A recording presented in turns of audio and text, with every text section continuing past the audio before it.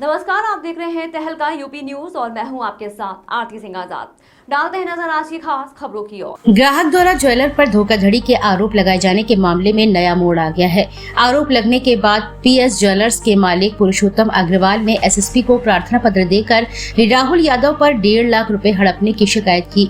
शिकायती पत्र में आरोप लगाए गए कि छनियापुरा निवासी राहुल यादव ने आभूषण लेने के बाद रुपए नहीं दिए और कर्मचारी को धमकी दी। पुलिस मामले की जाँच कर रही है। क्या समस्या लेके आए थे?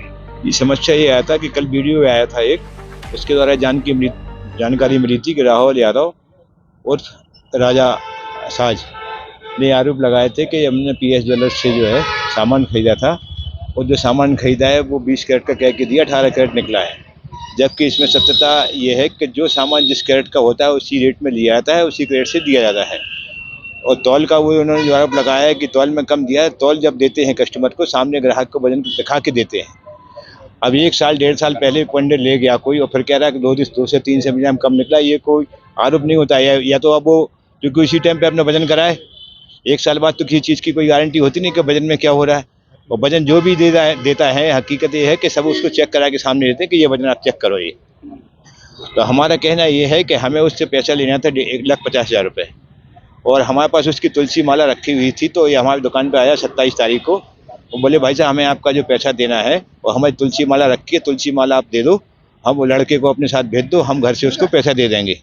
मैं लड़के को भेजा, लड़का वहाँ पे गया और काफ़ी देर बैठा रहा।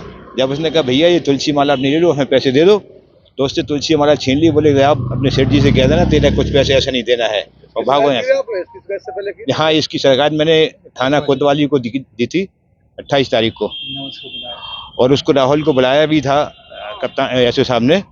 तो उस टाइम कप्तान साहब ने कहा था भाई जो इनकी गारंटी है उस गारंटी साहब इनको वापस कर दो सामान। कप्तान साहब से मिले क्या आश्वासन मिला? कप्तान साहब तो चूंकि ये कहना था कप्तान साहब का कि ये केस हमारे नॉलेज में नहीं है, कल आया था वो, तो एसपी सिटी साहब बैठे हुए थे। तो एसपी सिटी साहब ने सुना था, एसपी सिटी साहब से निवेदन किया तो बोले मैंने कल उससे कह दिया था कि हमारे विभाग का ये मामला नहीं है, अगर आपको कोई दिक्कत है तो बांट विभाग में जाओ या वो और कहीं जाओ, इससे हमारा कोई मतलब नहीं है। कोई अगर आपको ज़्यादा है तो आप शिकायत इसकी आगे करें।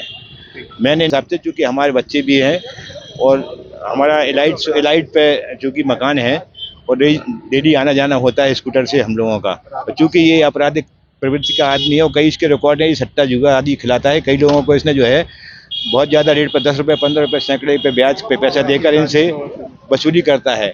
और ये बाज़ार में सराफा बाज़ार में भी 1-2 लोगों के हाथ में इस तरह की चीटिंग कर चुका है। तो हमारा निवेदन कप्तान साहब से हमने यही किया था कि इस तरह के लोगों पे सख्त से सख्त कार्रवाई की जाए जिसमें ये सराफा बाज़ार में आके आतंक ना फैला पाए। फिलहाल इतना ही। खबरों का सिलसिला लगातार जारी है, बने रहे तहलका यूपी न्यूज के साथ। नमस्कार।